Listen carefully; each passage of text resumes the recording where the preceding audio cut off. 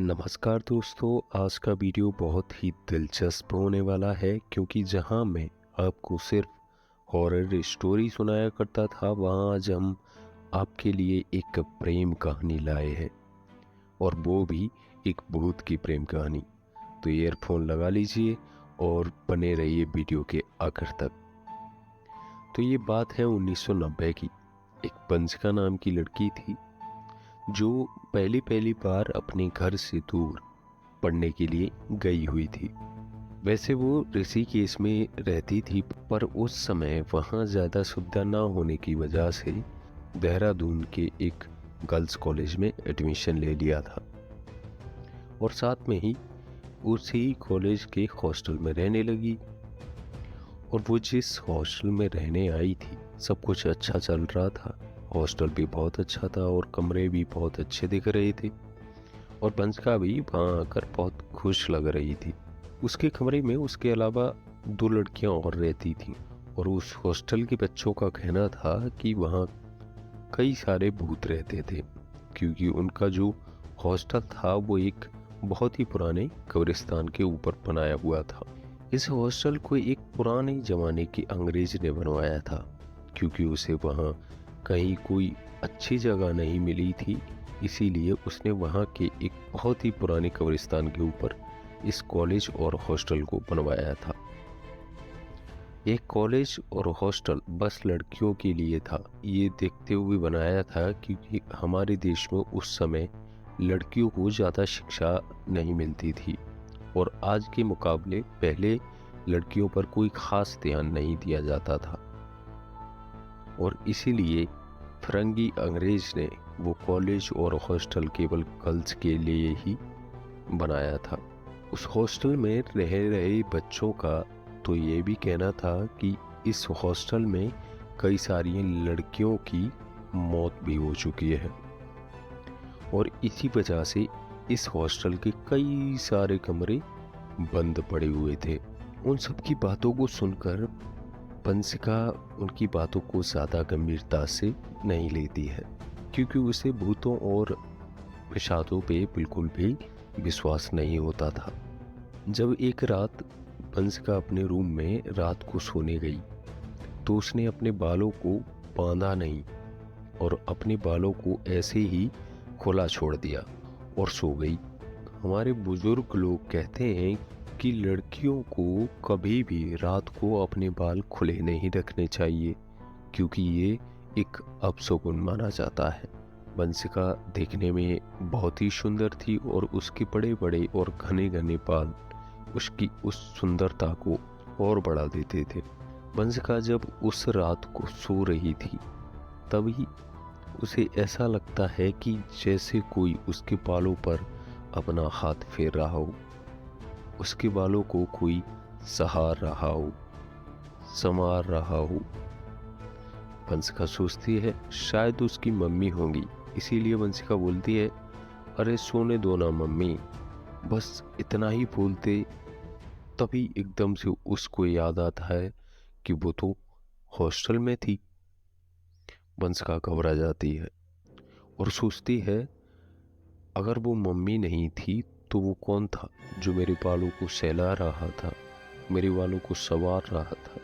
डर के मारे उसके मुंह से चीख निकलने ही वाली थी कि तभी किसी ने उसके मुंह पर हाथ रख दिया। जिसने बंसिका के मुंह पर हाथ रखा था उसने बंसिका से कहा, डरो मत, मैं तुम्हें कुछ नहीं करूँगा। अब मैं तुम्हारे मुंह से हाथ हटा रहा हूँ, पर तुम चिल्लाना मत। पहले तो बंसिका उसे देखकर डरे जा रही थी, क्योंकि वो आदमी काफी बड़ा और भयानक सा था। बंसिका फिर हिम्मत करते हुए उससे पूछती है, कौन हो तुम? बंसिका की बात का जवाब देते हुए वो आदमी बोलता है, मैं एक जिन हूँ। मैं यहीं से जा रहा था कि तभी मेरी नज़र तुम पर पड़ी। तुम काफ़ी खूबसूरत हो और तुम्हारे बाल बहुत ही सिल्की हैं, इसीलिए मैं आकर्षित हो गया और मैं तुम्हारे पास आ गया। पता नहीं जिनकी बातों को सुनकर या जिनकी आंखों में देखकर बंसिका का डर ख़त्म सा होने लगा और बातें करते करते दोनों में काफ़ी गहरी दोस्ती हो गई।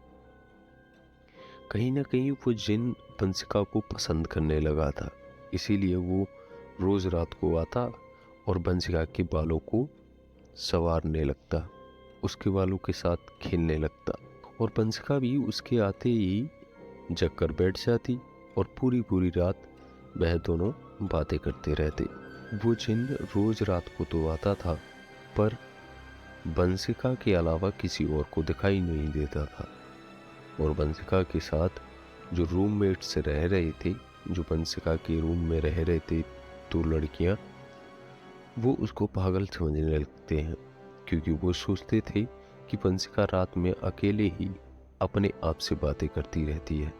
ऐसा होते होते काफ़ी समय हो गया, और जब बंसिका भी उस जिन को पसंद करने लगी थी, इसीलिए वो रोज़ रात होते ही उस जिन का इंतज़ार करने लगती थी। और वो जिन जब आता था तो फिर दोनों रात भर बातें किया करते थे। रोज रात को जगने की वजह से बंसिका की आंखें काली पड़ गई थी, क्योंकि ऑब्वियसली बात है, कोई अगर रात को जगेगा तो उसकी आंखों में डार्क सर्कल आ जाते हैं। उसकी आंखों में काले धब्बे से पड़ने लगे थे, और इसी वजह से वो सुबह सही समय पर नहीं उठ पाती थी, और उसका कॉलेज भी रोज छूट जाता था। एक रात बंसिका सो रही थी, तभी वो जिन आकर उसके बालों को संवारने लगता है, उसके बालों के साथ खेलने लगता है। तभी बंसिका की एक रूममेट ने बंसिका के बालों को अपने आप हवा में उड़ते देखा। बंसिका को पता था कि जिन मेरे अब बालों को संवार रहा है, लेकिन बंसिका के अलावा किसी को वो जिन दिखाई नहीं देता था। तो उसने समझा कि बंसिका के बाल अपने आप हवा में उठ रहे हैं, और वो बंसिका पर भूत का साया मानकर डर के मारे सभी जो उसके रूम में रहते थे, उन्होंने उसके साथ ना रहकर अपना रूम जो है चेंज कर दिया, क्योंकि उन्हें बंसिका से डर लगने लगा था। एक दिन जब बंसिका के घर वाले बंसिका से मिलने आए, तो सबने उसके घर वालों को पूरी सारी बातें बता दी कि किस तरह बंसिका के बाल रोज रात को अपने आप ही उठने लगते हैं, और वो पता नहीं किससे पूरी पूरी रात बात करती रहती है। उसके घर वाले सारी बात को समझते हुए बंसिका के पूरे बाल छोटे करा दिए। बंसिका तो अपने बालों को नहीं कटवाना चाहती थी, क्योंकि उसे पता था कि जिन को उसके बाल सबसे ज़्यादा पसंद थे, इसीलिए वो कटवाने से मना कर रही थी। पर उसके घर वालों ने ज़बरदस्ती उसके बाल छोटे करा दिए, और जब रात को वो जिन रोज़ की तरह बंसिका से मिलने आया, तो उसने देखा कि बंसिका ने अपने बाल कटवा दिए। तो ये देखकर उस जिन को बड़ा ही गुस्सा आया, और बंसिका को पूरी रात मारता रहा। बंसिका की चीखने चिल्लाने की आवाज़ पूरे हॉस्टल में गूंज रही थी, पर किसी में इतनी हिम्मत नहीं थी कि उसके कमरे में जाकर उसको बचा ले या फिर देख ले कि आखिर बंसिका के साथ हो क्या रहा है। बंसिका पूरी रात चीखती चिल्लाती रही, किसी ने भी जाकर नहीं बचाया, और वो जिन उसको अधमरा करके चला जाता है। और जब सुबह होती है तो सबने उसके रूम में आकर देखा कि बंसिका पूरी तरह से घायल थी। उसके शरीर में काटे हुए निशान थे, जैसे किसी ने उसके पूरे शरीर पर ब्लेड से काट दिया हो। उस हादसे के बाद बंसिका के घर वाले उसे हॉस्टल से अपने साथ ऋषिकेश घर वापस ले आए। घर जाने के बाद बंसिका की 3 दिन बाद ही अचानक से मौत हो गई, और वो भूत लोक में उसी जिन से मिलती है जो जिन उसके बालों को संवारा करता था और जो उसके बालों से खेला करता था। और उस जिन के छूते ही एक बार फिर से बंसिका के पहले जैसे हो जाती है, सुंदर और घने काले बाल और बड़े बड़े बाल। और फिर जिन और बंसिका एक बार फिर एक हो जाते हैं। ये कहानी ऋषिकेश की एक सच्ची घटना है। इस कहानी से हमें ये सीख मिलती है कि प्यार चाहे कैसा भी हो, उसे छोड़ना नहीं चाहिए। ज़िंदगी से पहले और मौत के बाद भी निभाना चाहिए।